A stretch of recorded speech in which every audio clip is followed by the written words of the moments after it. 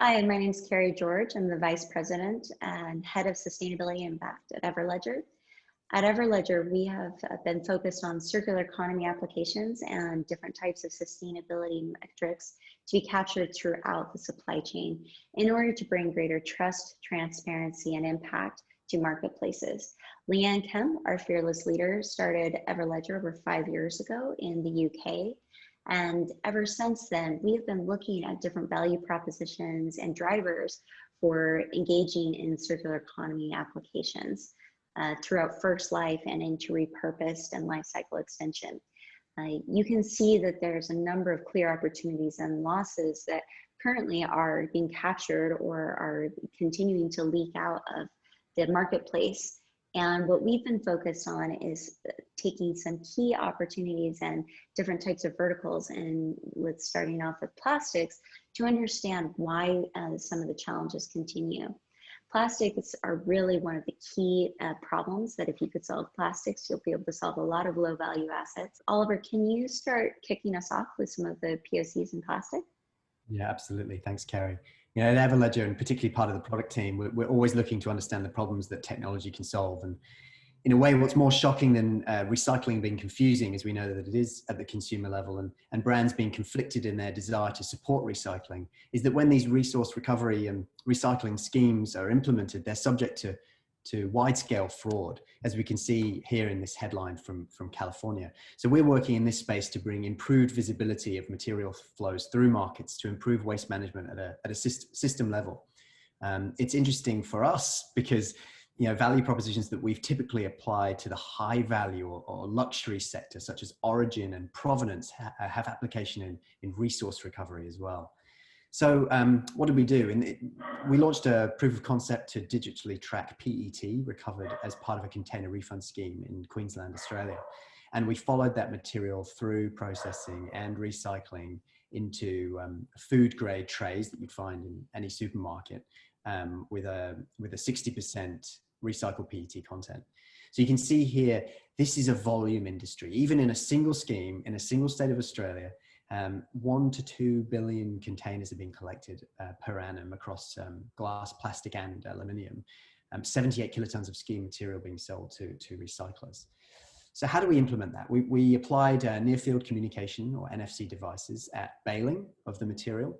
And we created a digital twin of this batch of material on our blockchain, and we built a simple interface for participants who came in contact with that batch to submit event data, such as processing date, time, and supporting documentation. So in terms of the outcomes of that, what we've shown is we've created the possibility to claim resource origin through a traceability mechanism. We've established data validation through digital handshakes along the way that evidence the journey and the participants involved. We've connected the collected material through to actual recycling, second life outcomes. We've collected verifiable evidence to support content claims in the second life products as well. And therefore, we start to plug some of these fraud gaps at the same time by bringing greater visibility to who's involved and what they do and where this material goes along its journey.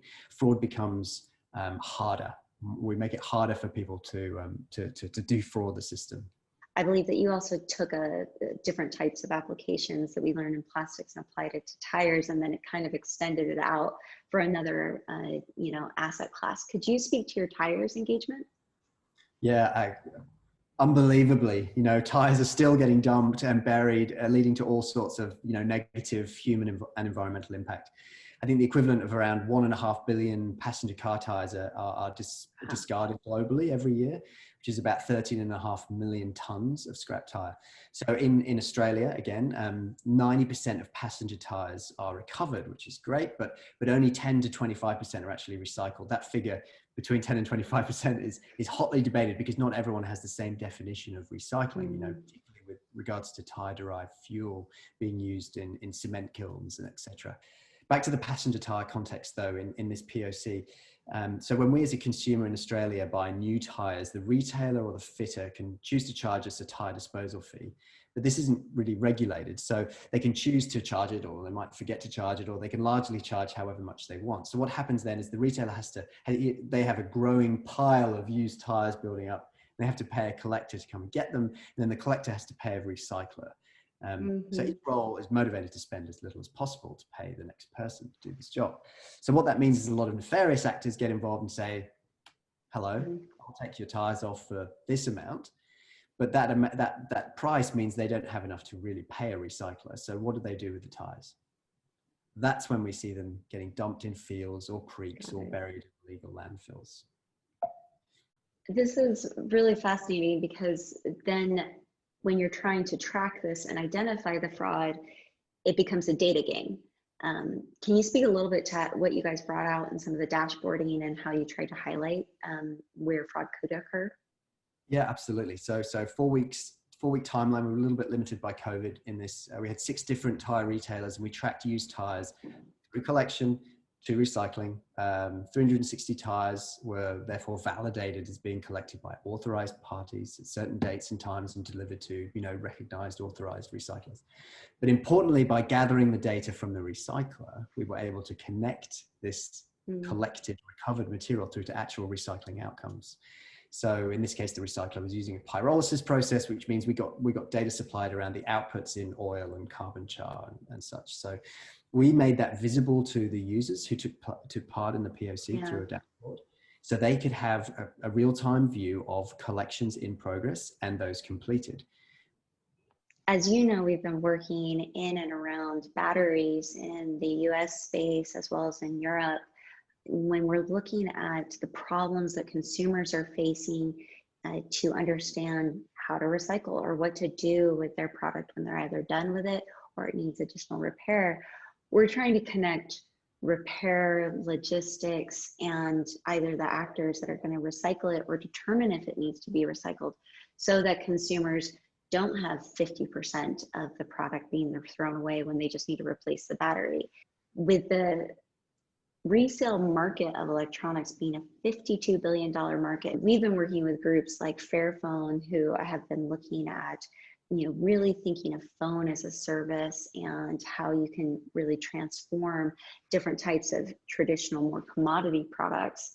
The US Department of Energy has been focused on this battery recycling price, where batteries are considered still, particularly in the portables market, a low value asset. Maybe you can speak to some of the consumer engagement that we're now focused on to also enable collection. So instead of fraud in the middle of a collection scheme, how do we talk about incentivization for consumers to engage in collection? Consumer behavior is the gas in the tank for circular economy to really become normalized. And this is where we want to have an impact. So we're using the mobile environment, to make it easier for people to identify their asset, its materials, componentry, etc., and the options available to them once they've finished with it, or it's reached their end of use or end of life stage. So we're currently working with the partners you mentioned previously to understand the type of incentives and even exploring gamification that can effectively engage consumers to take responsible action with that asset, increasing those recovery rates, increasing that the life cycle of the asset, reuse, repurposing pathways, as well as obviously at the end recycling. So we spent a fair bit of time talking to environment ministers at various levels of government globally, and also those managing producer responsibility organizations.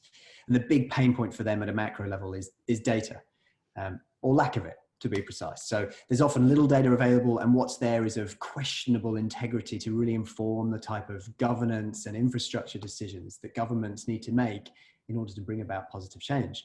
So in order to solve for this in a bulk waste or resource recovery scenario, we have to employ things like mass balance to connect sites with inbound and outbound material flows over a time period, informing a chain of custody.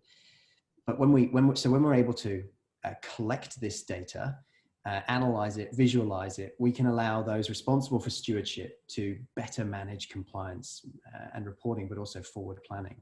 When you're looking at these different types of products and pulling them together and also bringing in partners, we recognize that technology has its limitations, but technology can bring people-powered and engagement and initiatives much further than would be otherwise managed.